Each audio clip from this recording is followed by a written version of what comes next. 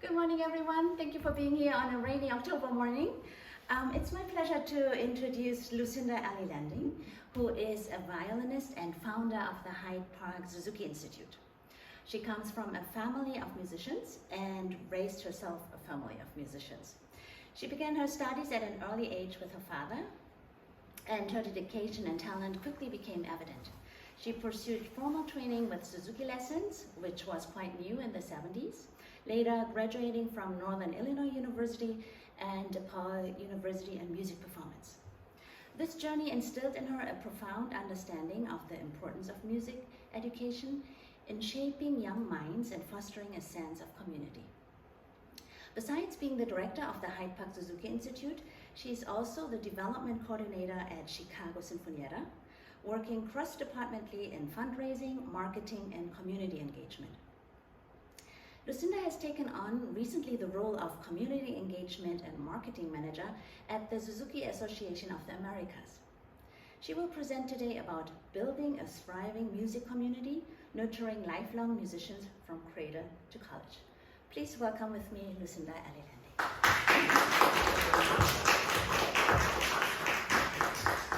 Hello everybody, thank you Yumi, and thank you to CAMTA for inviting me to have a conversation with you today. I know we call it a presentation, but I like to talk, and I would love for you to talk back to me.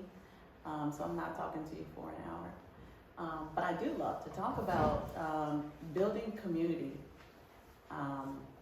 The way and the spaces that I build community in is music spaces, music education in particular. Performance spaces, I just simply go and perform and go home. And don't really worry about building community. But with children, it's very natural because it's parenting, or I guess coming up now in the next stage of my life, grandparenting, not yet, but parenting certainly right now and for the past 23 years. Can you get the next slide? So the theme of this talk, this conversation is just say hi. Raise your hand. Did anybody go see the Barbie movie? Yay! Wow, that's pretty good. I was one of those, when I heard it was coming out, I was like, I'm not going to see that movie. I do not want anything having to do with Barbie. So I was very resistant. I did not want to go see the movie. I did wind up seeing the movie, and I liked it. It had a lot of good messaging, a lot of good writing. But the thing that struck me most, especially as I'm talking about building community, is this scene.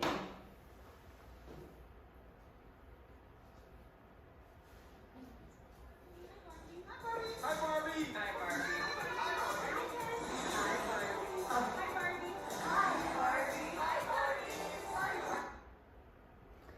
And so the theme for building community is very nerdy. Just say hi. And very simply, just say hello. Next slide.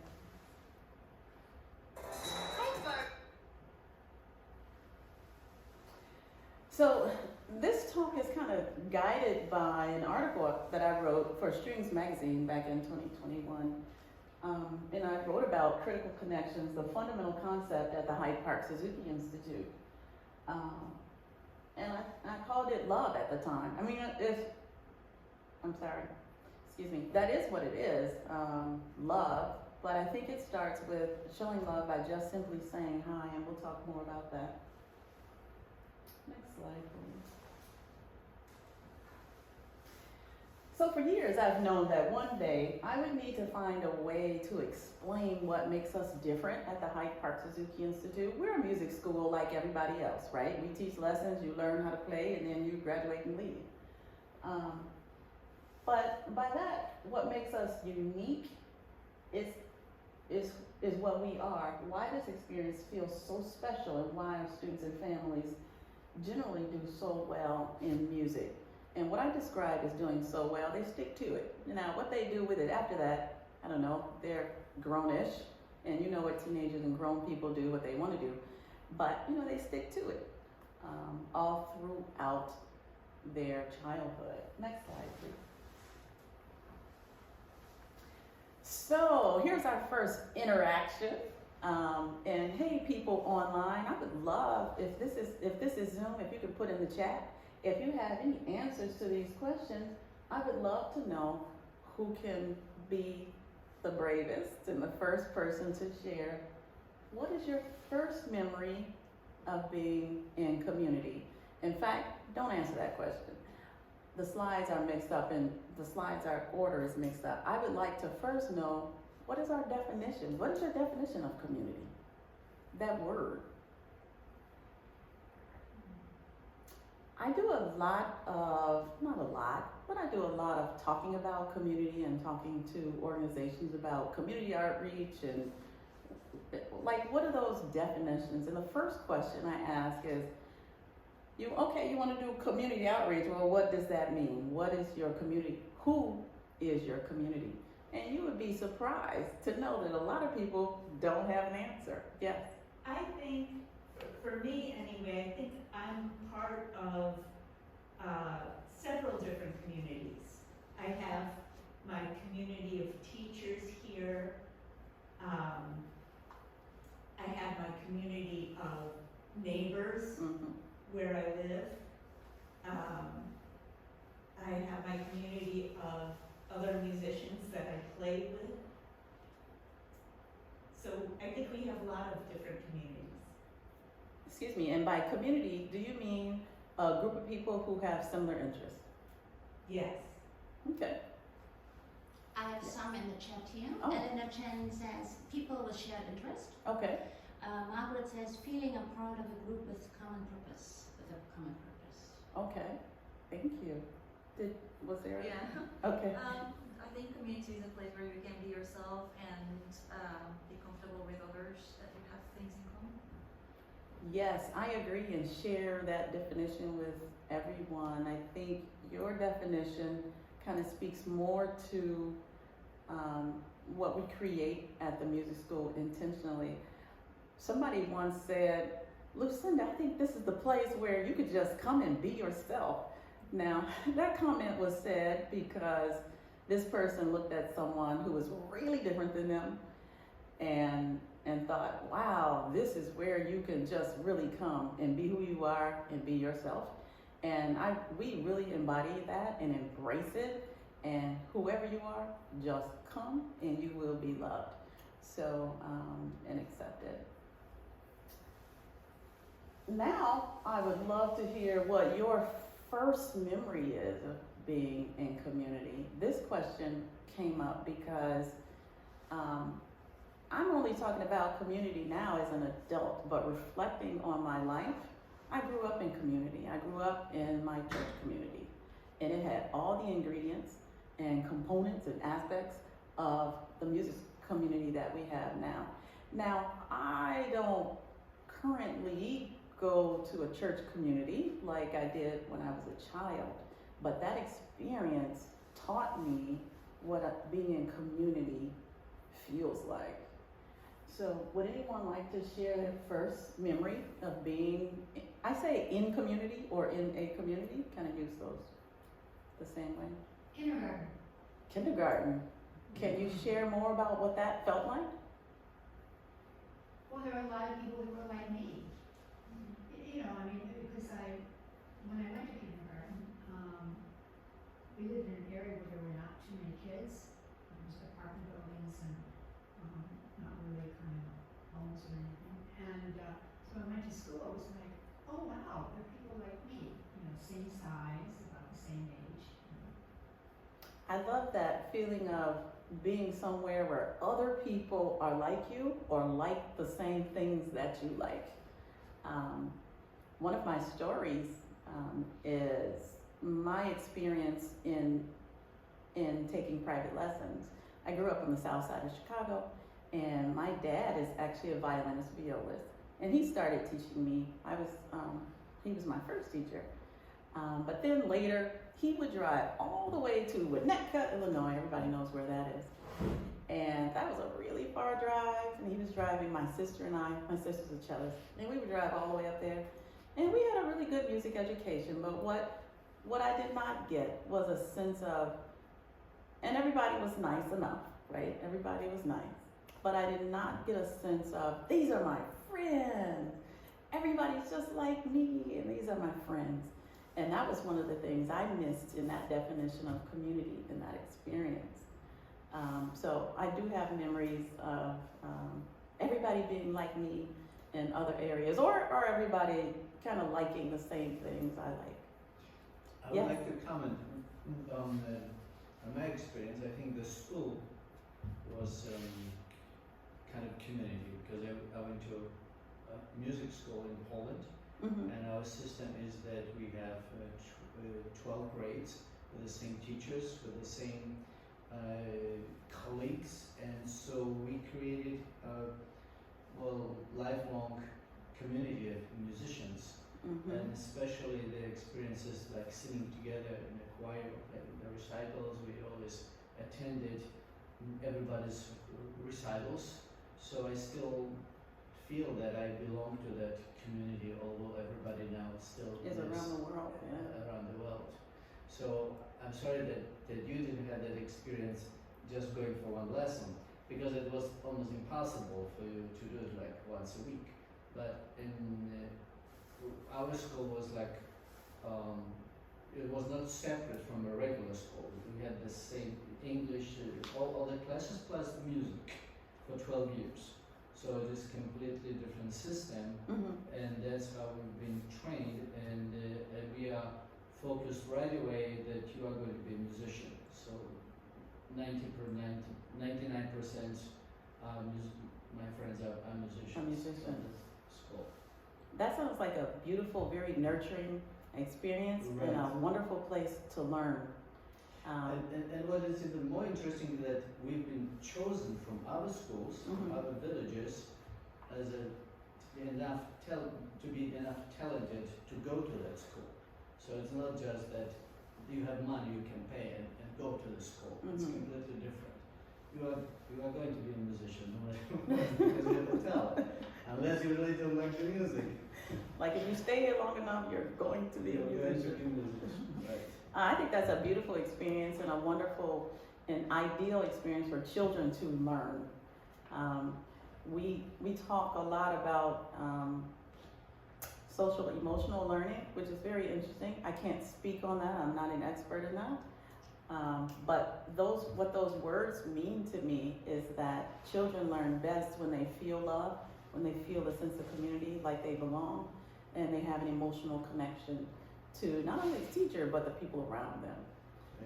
So that sounds very much like what you grew up in.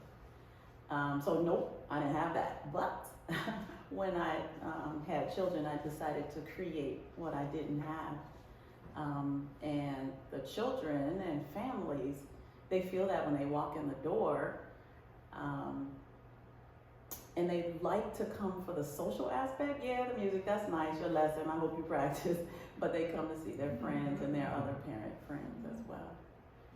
Yes?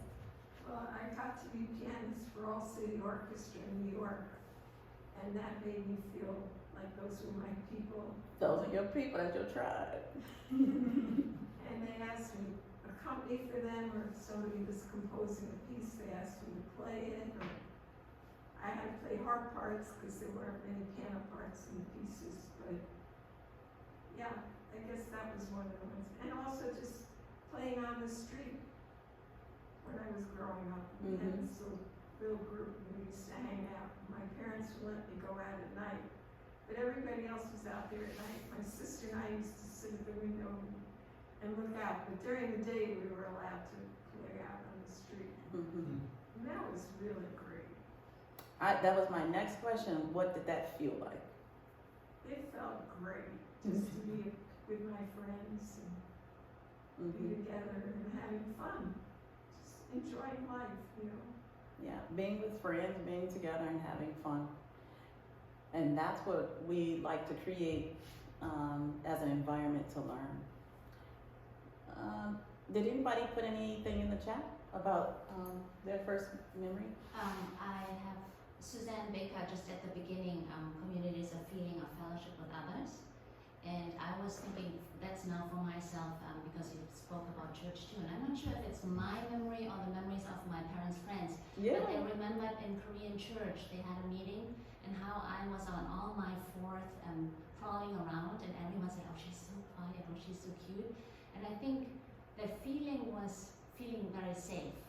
Now, relating to your experience with your first piano lesson, I'm not totally sure about my first piano lessons, but in general, I grew up in Germany and had my training there. Many times I feel like I had to prove myself. It was not that safe feeling that I had in my church when friends and family were around me. So I'm guessing that goes into the direction what you would like to create for your school in Hyde Park. It does, but you know, that safe feeling and that really safe feeling you talk about, that lasts for a while until you kind of grow up and go out into other spaces where you feel like you have to prove yourself, and you know, people aren't as warm and friendly and they don't say hi. I don't know if you all noticed that, but people generally, they don't say hi. Next slide, please. They don't.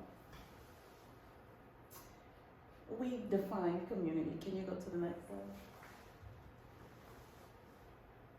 So, building an intentional space where families can come together with a shared purpose for the children is only the start of building a community.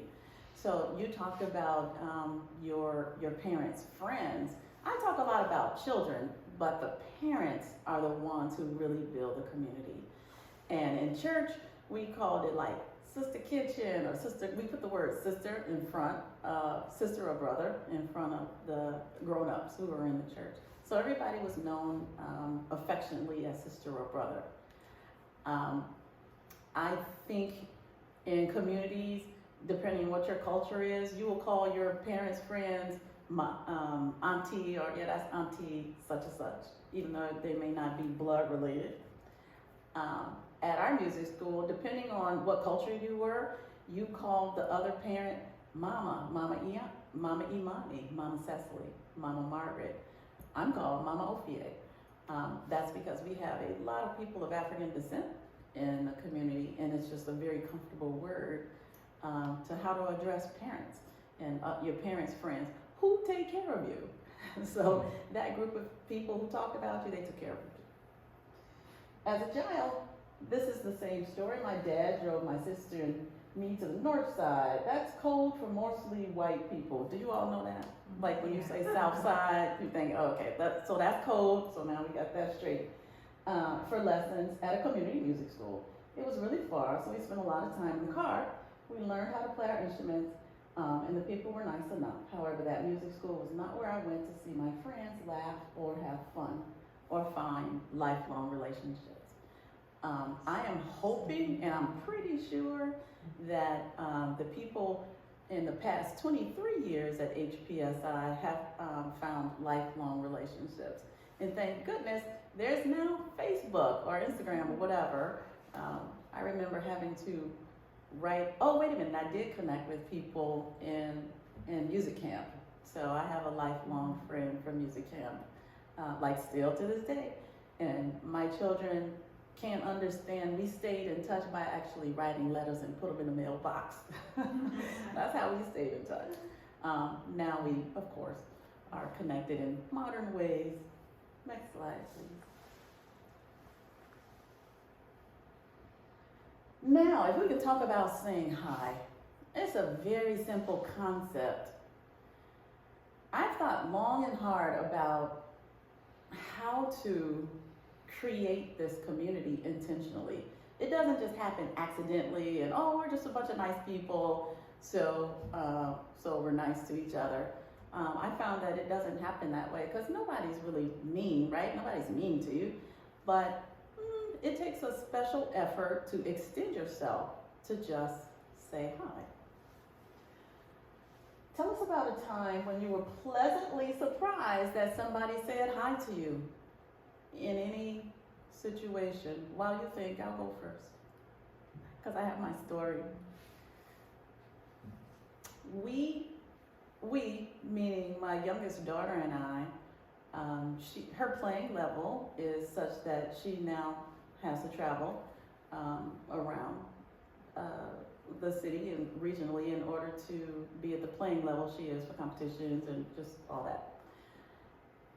we have found in other spaces, we will walk in a room and nobody says hi. Well, that's not how she grew up because, you know, in her world, everybody says hi. Everybody says hi because it occurred to me years ago to tell the teachers, the faculty members, to say hi to the kids in the hallway. You'll be surprised that, you know, people just kind of, they're not mean. They just hold their heads down or look at the floor or look up at the lights and walk. And you'll walk past the children. So we did mandate that. That's a tough word, but it was part of the training. When you're walking down the hall and you see a child, you see a family, say hello. So my daughter and I noticed, like, wow, nobody said hi. Now this particular class is late on a Friday night, and I'm tired on Friday, so I don't really need anybody to say hi to me by Friday night. So I didn't miss it. I want to be invisible. I want to sit in the corner and just like try not to fall asleep. But that's not what she needs. I need to go to sleep. She wants community. So that's another space where, you know, we have to intentionally say hi to start people saying hi to you. I would love to hear about a time when you were pleasantly surprised that somebody said hi to you in whatever situation you can think of. Yes. So we live across a big park, and we tend to walk a lot, 3-4 miles, for years. Nobody ever says hi to each other. Then I got a dog from Cynthia, a little puppy, and I was walking the dog. Suddenly, that's all you got to do is get a dog. Dogs all say hi to each other. And yes, they do. It's a different community. Mm-hmm. Yeah. So that's so funny that you say that. We have a COVID dog. We have a little Yorkie. So, and that was when I became a part of the dog community.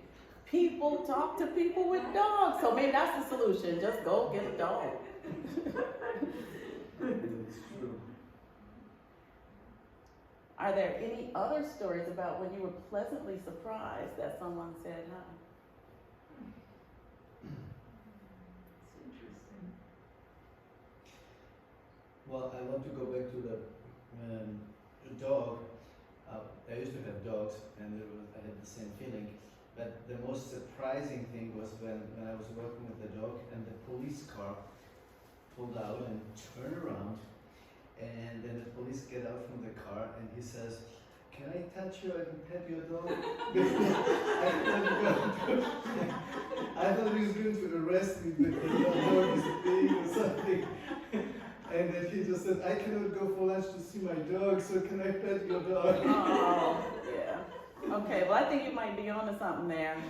That, you know, just get a dog. That might be the solution to a whole bunch of So problems. even the police officers are nice too. Yes, and this concept is so simple. We've gone to Suzuki camp for, I think, 21 years now. And I want to say recently, but it was probably 10 years ago. In my mind, that's recent. I said hello to a woman who happened to be from Puerto Rico. And I didn't know her. I just said, hi. We later wound up chit-chatting, and she actually cried and said, "No one here said hi to me. You're the first one who said hi to me." Now, we're in the Suzuki community, right? So we're at Suzuki camp, kids running around, everybody's having a great time. But that one thing that was missing for her is that no one said hi to her until I did. So that conversation turned into a friendship, and we, you know, she's been back here, and I visited her in Puerto Rico, and that just bloomed into a wonderful friendship from just one word. Did I have a story? Yes, please. Suzanne. Is that Suzanne? Hey, Suzanne. Yeah, right. So I'm a person that I do like to say hi to people. This is a DePaul School of Music example. And lots of people there, they don't say hi. Not necessarily community music, but that's okay. But there's one particular person that I say hi to, and it doesn't say hi back, and okay, in the school you pass on. So I watched myself starting to be nervous about, okay, I'm not gonna say hi, because that person never says hi to me, so I started not doing that. And then, the other day, that person out of the blue said, "Hi, Suzanne," and I was so shocked. And just by that person doing that changed my, he never says hi. It just changed, just by that one thing. That person, he got points for me, he got so many points because just out of the blue. So who knows what was going on with him before? Who knows? That he never, who knows? But at that moment, it was just amazing. I felt so good because there was a history about not doing that.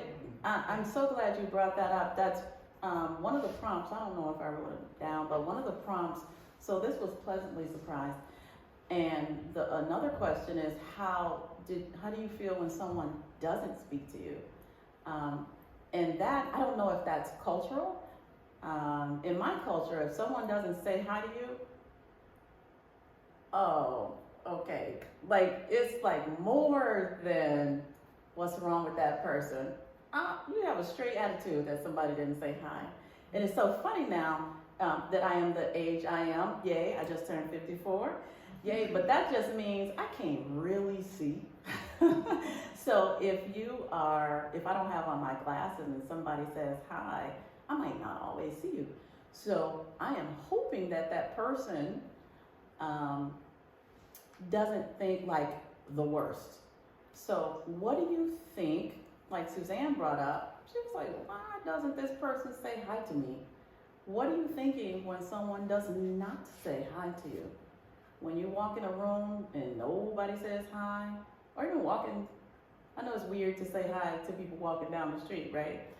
So there's too many people to say hi to.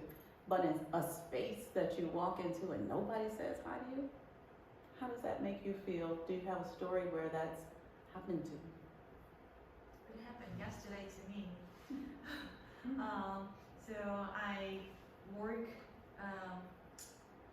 downtown, and then there is a hotel there, and I asked the security person, he's always there, and because I think he takes care of the car, and I asked him, so do you guys have a piano here? Can I just play? Maybe I can give my card. And then he was very nice to me. Yeah, you can come here. There are always musicians, and he was very nice. Okay, so I started saying hi to him, and then yesterday I said hi, and he didn't answer back. He looked at me and he ignored me. And I was, okay, maybe he was busy, maybe he didn't hear, but I felt a little ignored and upset. Yeah, ignored and upset. Like when people don't speak to you, people who supposed to speak to you is like a little upset. And people who like you don't know, I can see that you're feeling ignored. Yes. Margaret wrote in the chat, I think that person is very shy or not interested in reaching out, and they may be quite distracted and they don't say hi. I think that's a nice, pleasant thing to think. Like maybe that person is just shy. Giving people the benefit of the doubt. Or maybe they can't see you. Or they're tired. Or they're distracted and preoccupied with something else. So I think that's a nicer thought rather than to think they're mad at me or they think, they don't like me or something like that.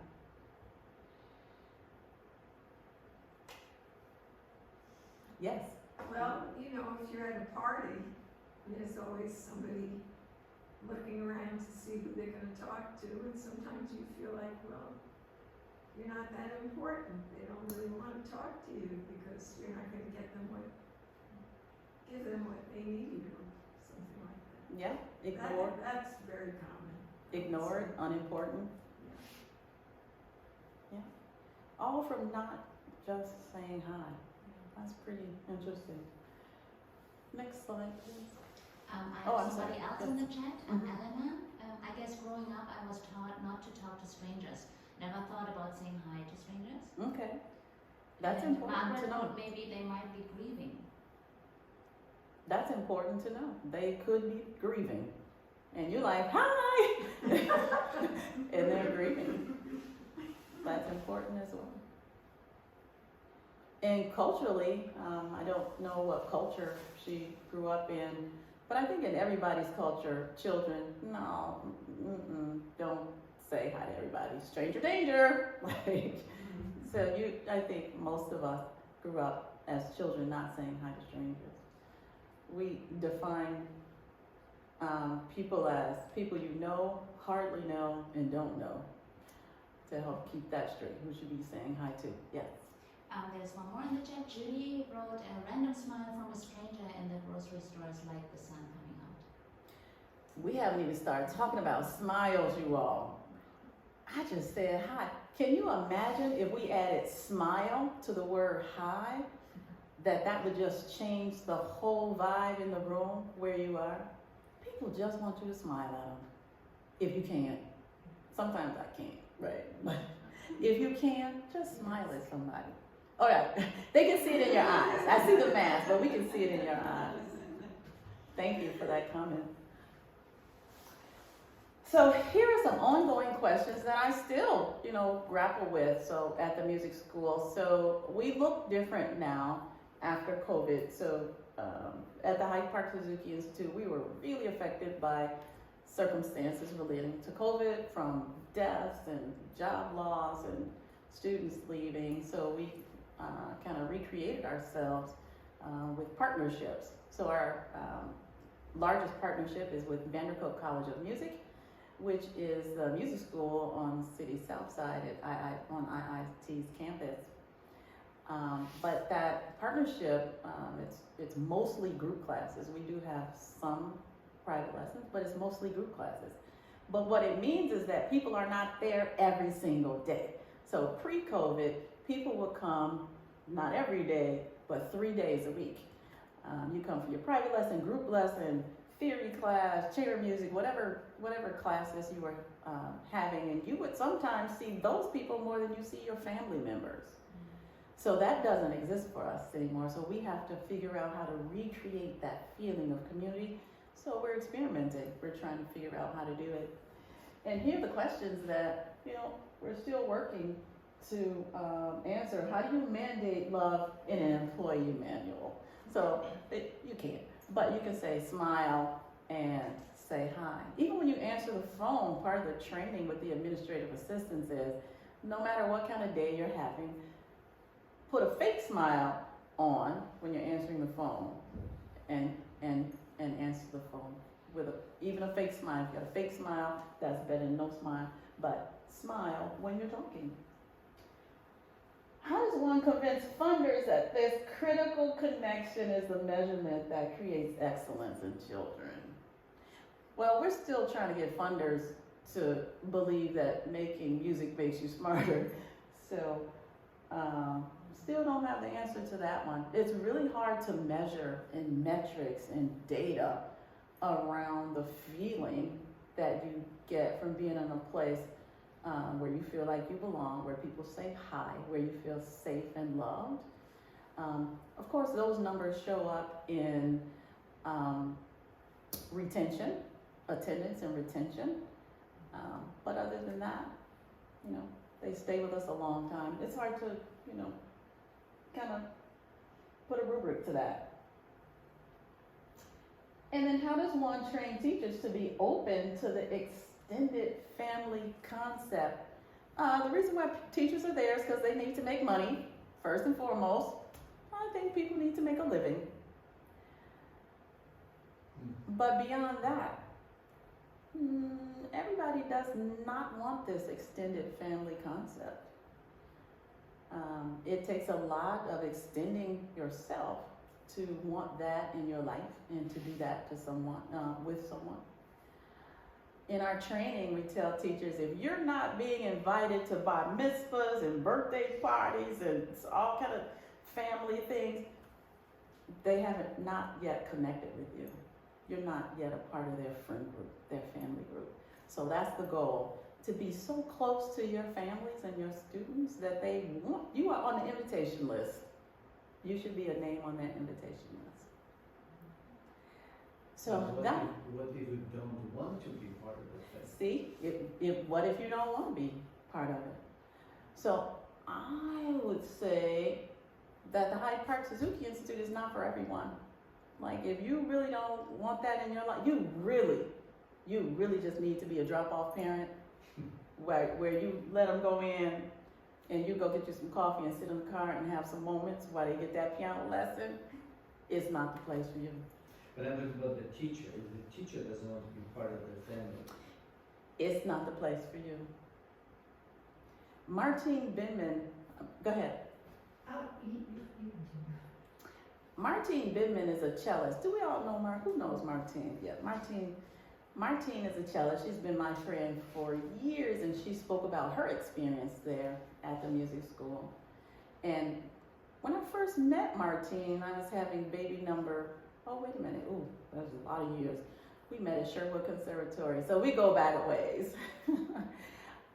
By the time she came to teach at the Hyde Park Suzuki Institute, I was having baby number 1. And Martine showed up at my house and showed me how to wrap the baby, and would I still have the wrap, and she just wanted to extend herself. She didn't have to, she wasn't asked to. It was something she wanted to do, show her love to me in that way, how to wrap the baby and make meals. So I think teachers whose personality is to just come and make some money per hour is not the place for you. So I get that.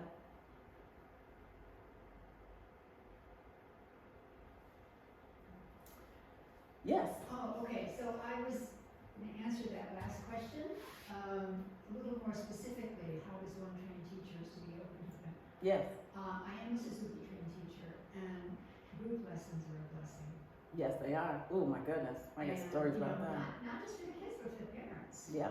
You know, like parents are struggling with their kid, and then they see this other kid struggling at the same piece, and they go like, oh, that piece is really hard. You know, so it expands, rather than just a teacher and a student. So. Absolutely. So yes, struggling with music, but even just struggling in life. If you see your child is over there rolling on the floor, you know, acting crazy, and you can see somebody else's child, you're like, oh, okay. So we're all in this together. So the parents support each other as people, and not just in learning music, learning their piece that they're on.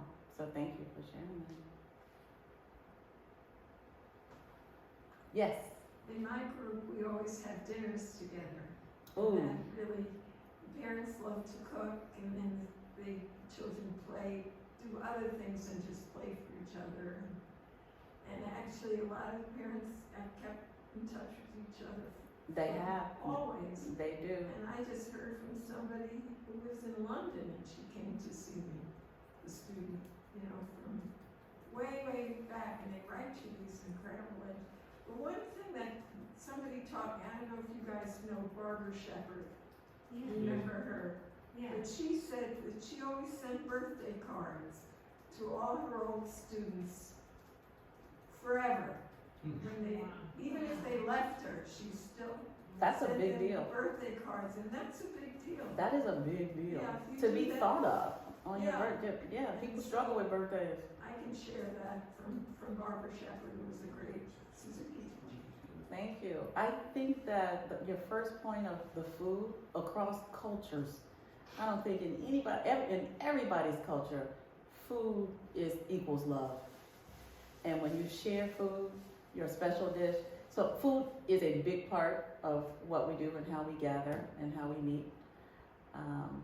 And it is like magic. I call it the secret sauce, but it's absolutely magic. Yes. Did you have your hand up?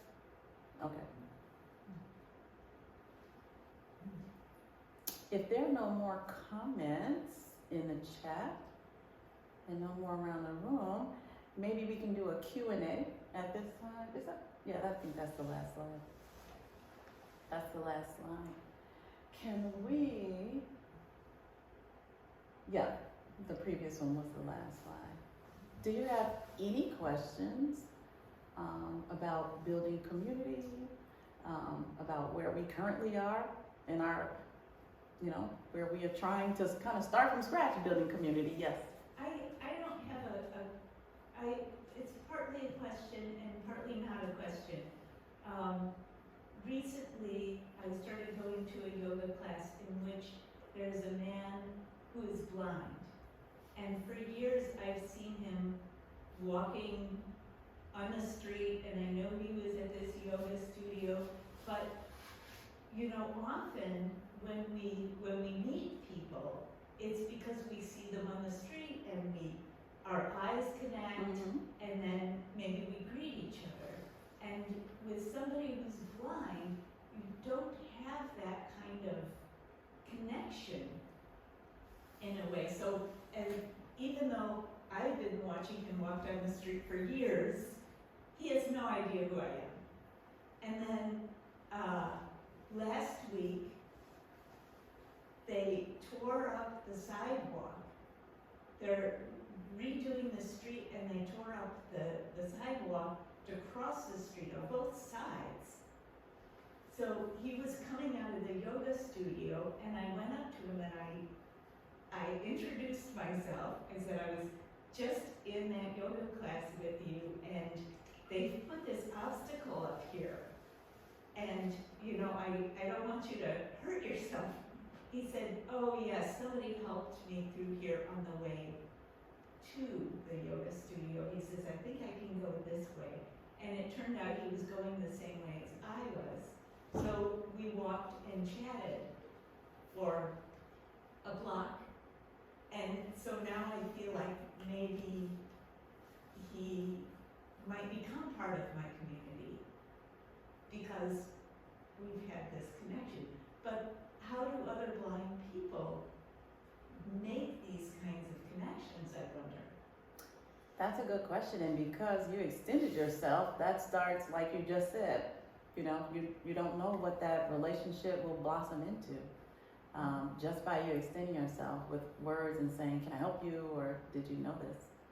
A lot of times I wonder what other people are thinking, what stops them from saying hi, thinking possibly that a blind person, well, they can't see me, so I'm not here, I'm invisible, they're invisible, might as well not say hi. And I do not know a lot about people who don't have sight, but I do know that those people, chances are they have other senses, and they do know you're there. So that's amazing that you extended yourself in that way. Yes? That just reminded me of, there's this commercial that this little boy, his mom says bye to him, and he goes on a school bus, and he's blind, and he just keeps walking towards the back, and finally he decides, okay, this is a good place to sit down. The first thing he does is he has a big smile, and he says hi, and then the girl that was in the bench immediately smiled back and started talking to him, asking if he's a new kid. I have no clue what the commercial is about, but Right. This is why I saw that commercial, I don't know. yeah, I was like, wow, you know, this is a blind child, but he knows how to interact, you know, with people, and you know, made a friend that quickly. I mean, I admire that because, you know, I'm you know, wallflower myself. So, you know, just to see somebody else who, you know, has what, you know, what I think is a disability, but he, you know, it apparently to him, it, you know, it was just his normal way of life. That's how he was, you know, made. And so that was really, you know, every time I see that commercial, it just, I don't know, it strikes me. And I think, wow, this, you know, you can make a friend just by smiling and saying hello. Just by smiling and saying hello. Yeah, that was what I learned from that commercial. I don't know anything else about it. Yeah. Yeah, I want to mention the pianist. He was even in America for a period of time. Then he came back to Poland, and he established a music school for blind people in Poland. And he created amazing group of musicians, jazz musicians, classical musicians, and I think the school still exists. So because these people, they do develop very keen ear for the music. So that's what in other countries we do. I don't know how it is in America, but we do take care of blind people by helping them to listen and teach them I love that. We know That still very exists. happy Yep. to get that school. Thank you. Yes. So there are two questions here in the chat, and I have one too afterwards. So let's start with question number one. Elena is asking, do you see a trend in different types of community in younger generations? For example, online community. I feel younger parents' generations prefer texts than phone calls. Also, after COVID, more students prefer online lessons. I do see a difference. I do see a difference in parents and parenting, although I don't know if I could like bullet point the list on how millennial parents are different than Gen X parents. I'm in a Gen X generation. I do see a difference, but I don't know that it is so much related to the online, being digital natives, and I don't have an experience that is different because of the online possibilities. What I see so far is that millennial parents love to go to work. So it just in my experience that their time is managed a little different than my experience growing up with little children. Yes, Margaret wrote here, very true about younger generations prefer online chats actually than talking to someone, talking live to someone. Maybe it's a trend with all the devices now coming out. So it could very well be they prefer it and I don't notice because I don't necessarily prefer it. I find it very difficult to connect with parents. We have a weekly parent class called Chat and Chew. And I find it a little more difficult to connect with people online than in person.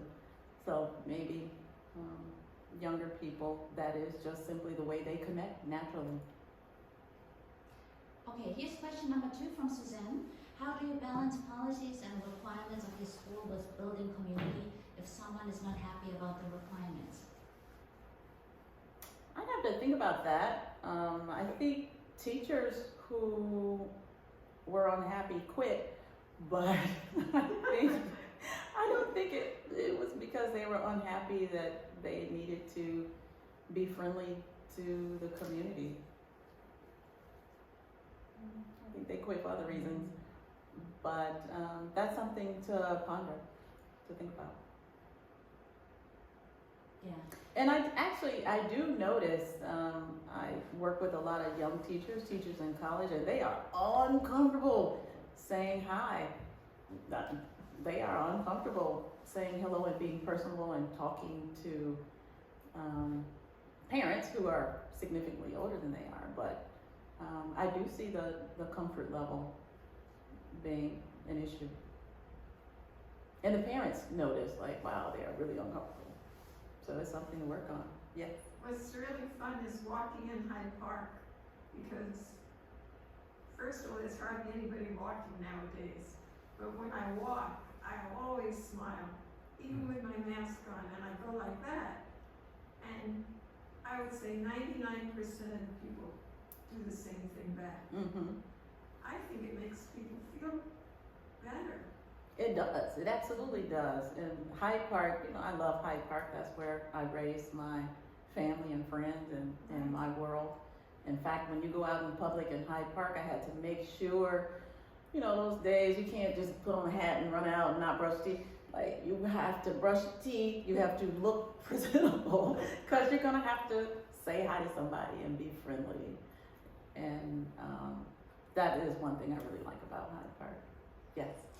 So my question goes a little bit away from that topic, but it's related to your school. Mm-hmm. So I teach for many years at the Suzuki Institute each summer, and I have my son and students in there. And then, as you know, the lunch recitals, the honors recitals are a quite big deal. Yes. And when you go there, it's really fascinating to see these students. They play so well. And as you said, like north side is more white, south side is a little bit more black. It's just the fact that there are not many black or African Americans in classical music, right? Mm-hmm. But whenever there was a student up in these lunch recitals who was they played so well, and I tend to go when I see them again because you're on campus and you cross, and I say, oh, this was great. Hey, who's your teacher? Where do you study? And all the blacks were from your school. So my question is, it seems to be that you create a very safe and loving space. How do you create that excellence? How do you bring these black families in? Because they are just not used to be in classical music and with all that practicing discipline. How do you bring them up to that level? That's a great question, and another series of webinars we talk. That's what we talk about. Raising your expectations. That actually has nothing to do with the people being African American, but everything to do with the expectations that teachers put on African American children. And it's like raising your game as a teacher to know that every child can. Yep, no, not just some of them. Every child can. And every child can play in a really high level if they have all the ingredients and all the things. But no, that's a good question, and a question I get a lot. Yeah, and the funny thing is that there was a Chinese boy and he played really well, and I asked him, where do you have lessons? And he was also at the Hyde Park. Wow, yeah. See, every child. Yes. And how is it, do all your children, you have quite a bit, right, of children, they all play classical music? I think there was. You mean my biological children? Yes. Yes, I have 3 bio children, and 3, I have a blended family, so I have some grown sons, and yes, they all play, and I just knew that that's what they would do. I did the whole listening to music in my stomach playing, and as soon as, we just knew that's what they were gonna do. And I'm sure that's also creating a little bit of an example of that's the music family in this house, that's the family we want to go when we want to learn classical music, I guess. I don't know how popular we were in the beginning. I do know that African American parents are attracted to African American educators because if you can see it, you can be it, that whole thing.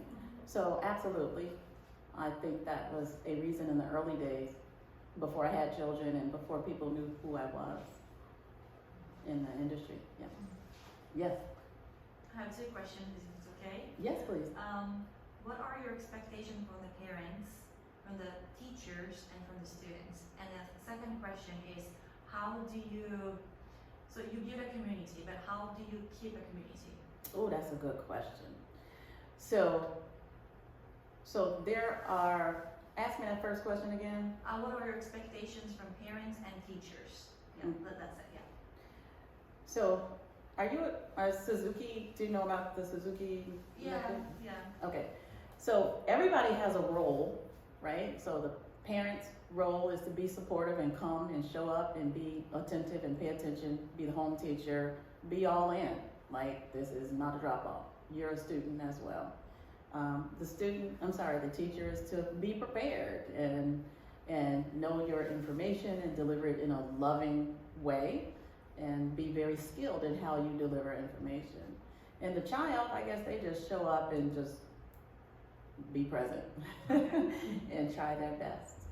And your second question is, how do you continue the community? It takes work. It takes work because once you commit to being together, and not like in a weird way, but everybody wants to be here, so we're gonna raise our children at this music school and do this. When the children, people have problems. There are tiffs between parents, there's tiffs between students, and we just work it out. We just talk it out. There's a whole another section on cultural awareness in Hyde Park. Hyde Park it looks like the University of Chicago. That means everybody from every country in the world is at the University of Chicago. And that's what our music school looks like. So there's so many different cultures, and just cultural awareness in that space is so important. So we're constantly talking and constantly hurting each other's feelings and getting over it and moving on. So open communication. It is open communication.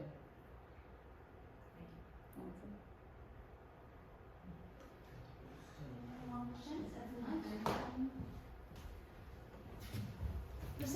you so much. Thank you so much. for Our having me. talk It was so today much was a fun. little different than usual. We go a lot into the material of teaching, but this is such an important topic, the interpersonal relationship, the human relationship with the student.